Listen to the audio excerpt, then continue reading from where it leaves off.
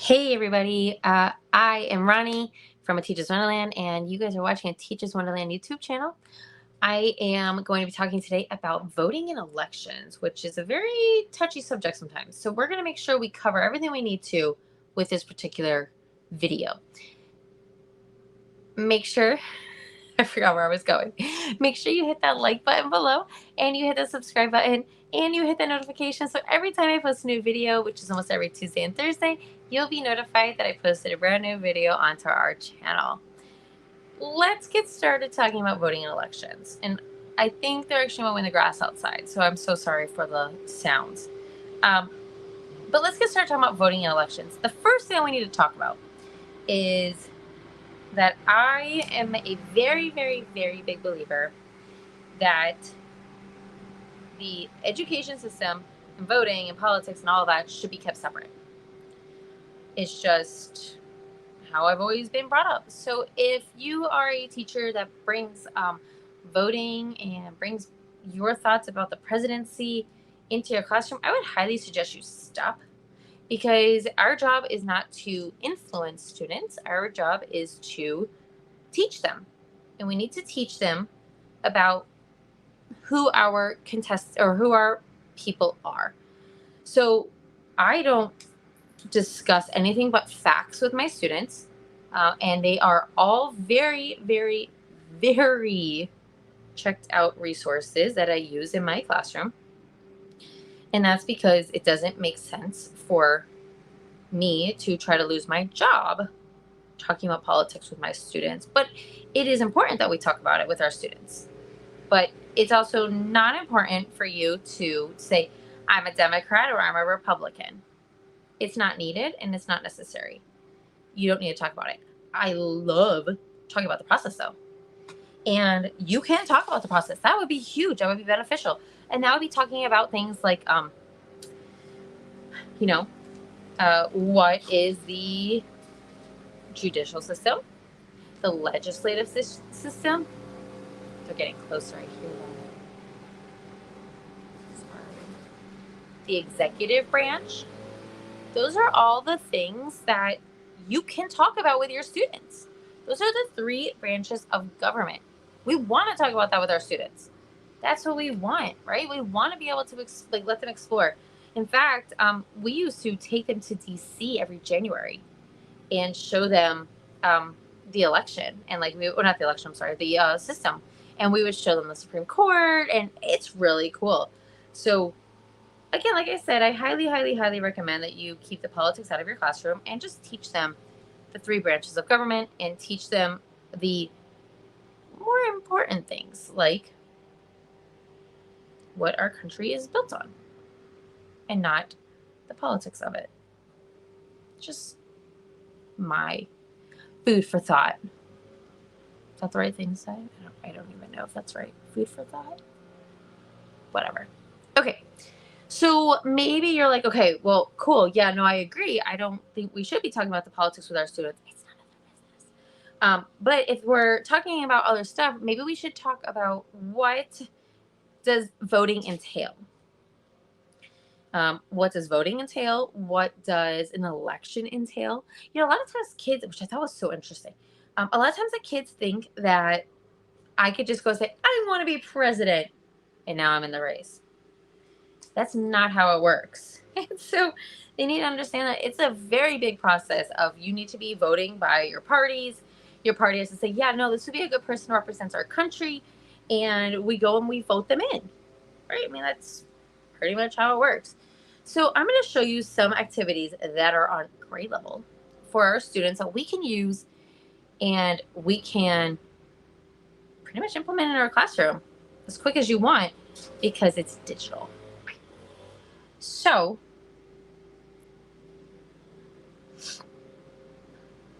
I gotta go to first. There we go.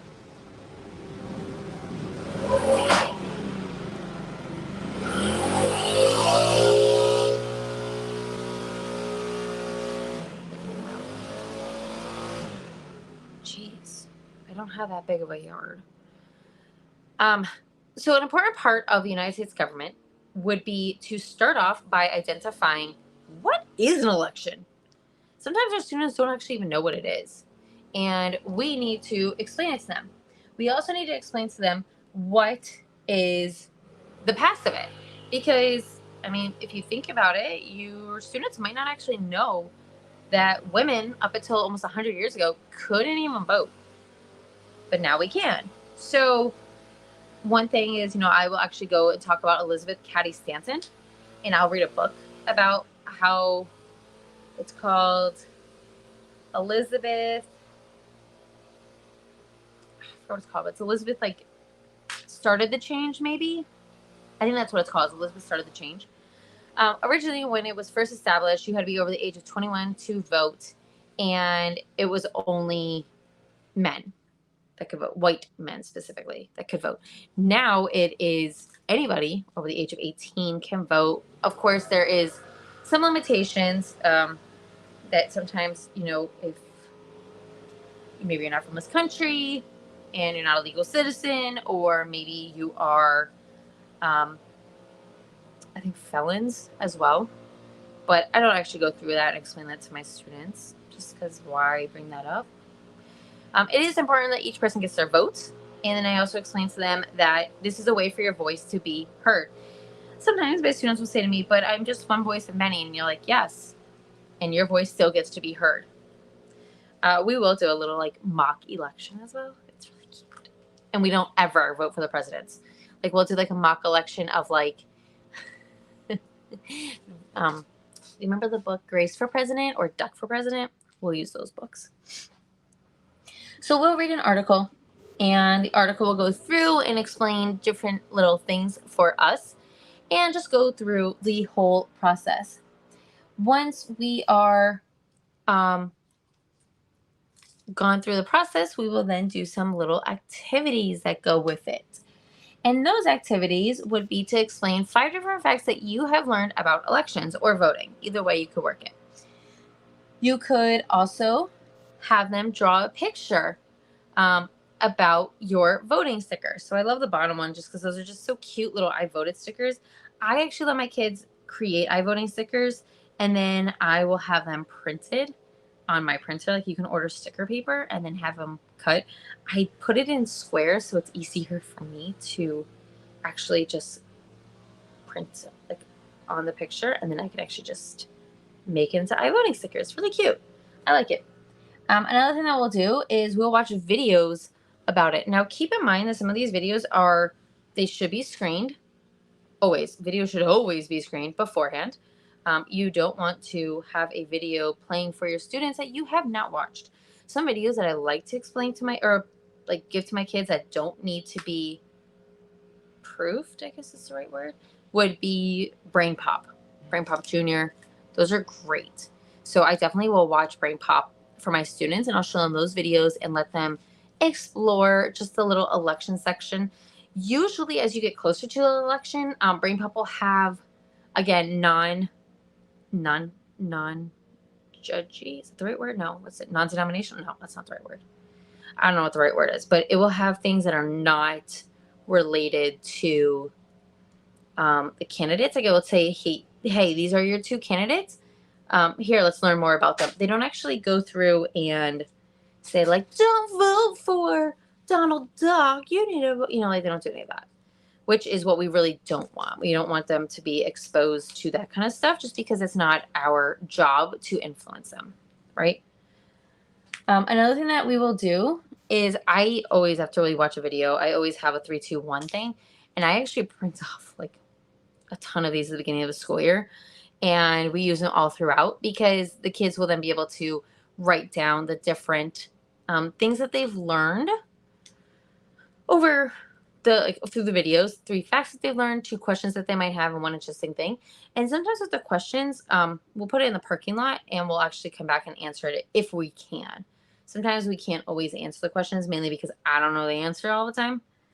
But I try. Another thing that I like to do is I let them do their own research. And this research is actually through,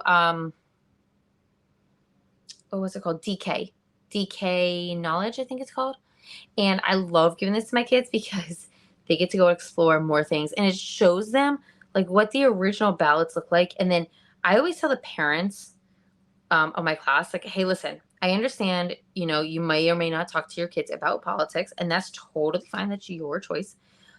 But one thing I would highly recommend that you do is take your kids voting with you.